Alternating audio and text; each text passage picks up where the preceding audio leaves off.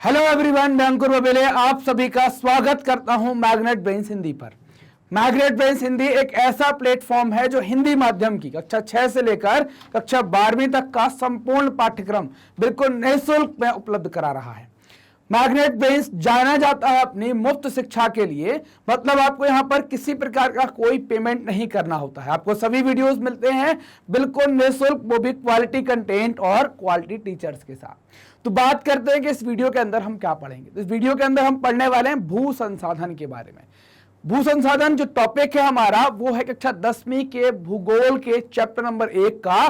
Chapter number 1 का नाम है संसाधन एवं विकास। इस चैप्टर का ये टॉपिक होने वाला है जिसको आप भू संसाधन के नाम से जानेंगे।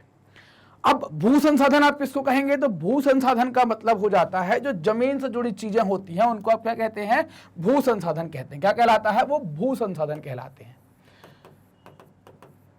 देखो, भू संसाधन मतलब क्या हो गया, लैंड सोर्स, जमीन से जो आएगा है ना, किससे, जमीन से जो चीज आएगी, भूमि से चीज आएगी, उसको आप क्या कहेंगे, उसको आप भू संसाधन कहेंगे। क्या क्या आ सकता है आपका जमीन से, तो आप देखें यहां पर, आप सबसे पहले समझें कि भाई भू संसाधन क्या है।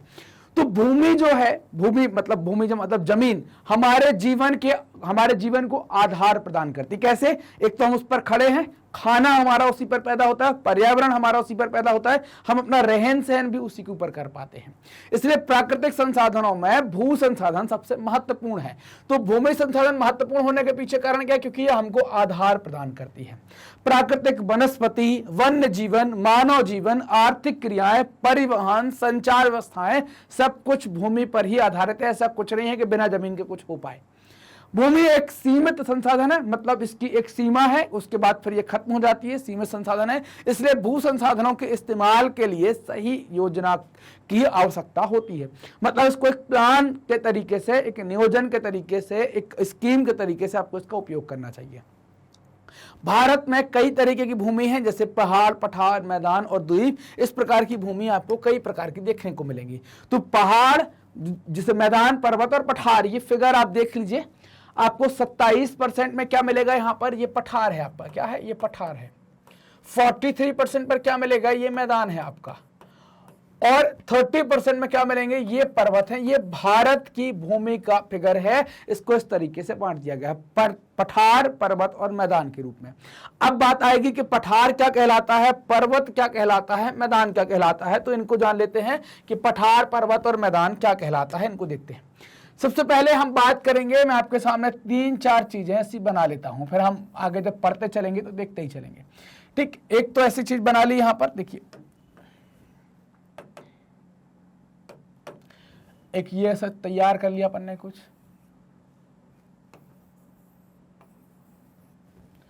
ये क्या हो गई, ये हमारा क्या हो गया, ये है उदाहरण किसका, पर्वत का। ये किसका उदाहरण है, पर्वत का। कैसे समझ में आया कि पर्वत का उदाहरण है, पर्वत या पहाड़ी का उदाहरण, क्योंकि आपने जैसे ही समझने की कोशिश की, आपने ऊपर का सिरा देखा कि ये कुछ नुकीला टाइप का है ना।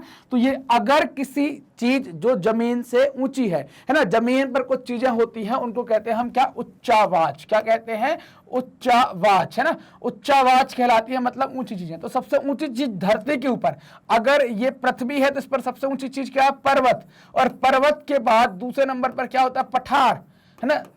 फिर इसके बाद चीजें घटती चली जाती। तो सबसे ऊंची चीज जो होती है पर्वत। तो अब हमने देखा कि पर्वत ऊंचा तो है, लेकिन जिनका सिरा ऐसा नुकीला हमको दिखेगा उसी को हम क्या कहते हैं, उसी को हम पर्वत कहते हैं। क्लियर ये बात, उसी को हम क्या कहते हैं, पर्वत कहते हैं। लेकिन अगर मान लीजिए कोई चीज ऊंची है और ऐसी समतल हो जाती है, लेकिन उसका ऊपरी इलाका नुकीला नहीं होता, उस पर नोक नहीं होती, पैना नहीं होता, पॉइंटेड नहीं होता, तो ये क्या कहलाता है, इसको पठार कहला देते हैं। यही चीज नीचे आ जाती है निचले स्थानों में, और समतल चीज होती है, फ्लैट होती है, वहां पर नुकीला नहीं होता, उसको क्या कह देते हैं, अगर वो कुछ इस तरीके से आ गई तो इसको क्या कह देते हैं, इसको मैदान कह देते हैं। क्लियर ये बात, पर्वत, पठार, मैदान वाली बात आपको क्लियर होगी, क्या पर्वत है, क्या पठार है और क्या मैदान है।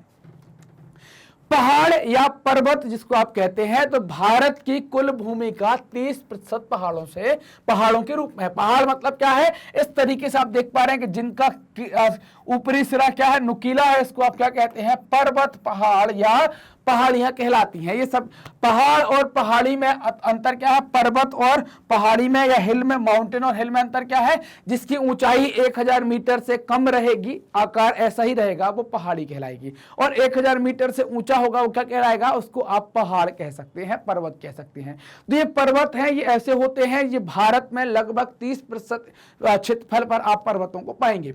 भारत की कई सारी नदियों का जो उद्गम है वो कहां से होता है, इन्हीं पर्वतों के माध्यम से। आप देख पा रहे होंगे कि ये नदियां यहां पर चली आ रही हैं, ये सब क्या है, यहां पर इन्हीं के माध्यम से नदियों का उद्गम होता है।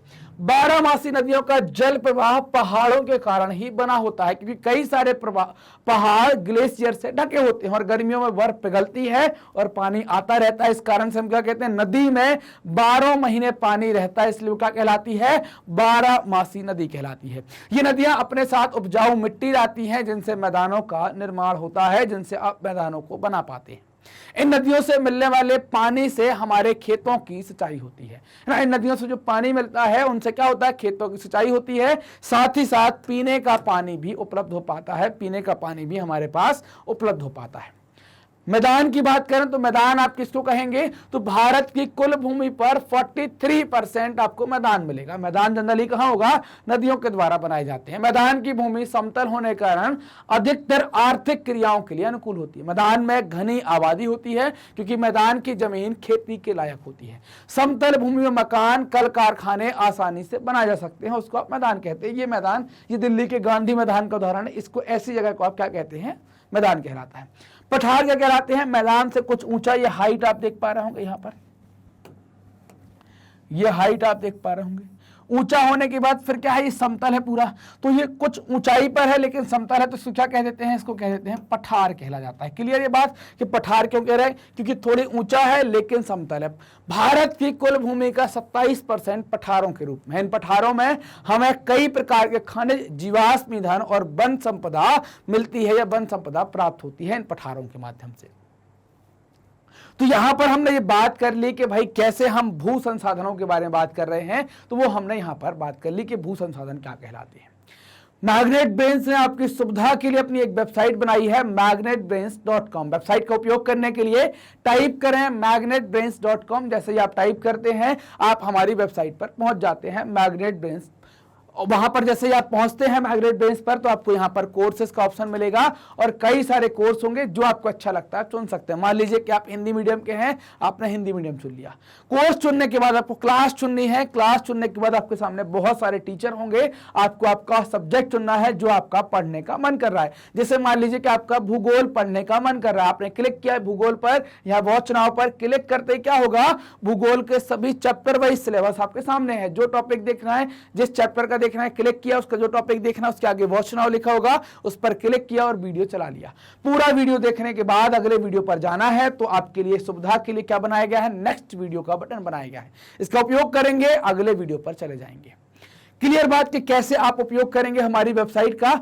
आपकी सुविधा के लिए एप्लीकेशन भी बनाया गया है, आप प्ले स्टोर से जाकर मैग्नेटब्रेन्स का एप्लीकेशन भी डाउनलोड कर सकते हैं, उसको भी कुछ इसी तरीके से उपयोग कर सकते हैं। मैग्नेटब्रेन्स हिंदी माध्यम के विद्यार्थियों के लिए कक्षा 7वीं से लेकर कक्षा 12वीं तक का संपूर्ण पाठ्यक्रम बिल्कुल निःशुल्क में उपलब्ध करा रहा है। ये वीडियो प्राप्त करने के लिए आप क्या करें, आप मैग्नेटब्रेन्स हिंदी को जल्दी से सब्सक्राइब करें। जो भी वीडियो आप देख रहे हैं, जो भी वीडियो हमारे आते हैं, उन सभी को आप लाइक करें और अपने दोस्तों के साथ भी खूब शेयर करें। कमेंट कर हमें भी बताएं कि आपको वीडियोस कैसे लग रहे हैं। धन्यवाद।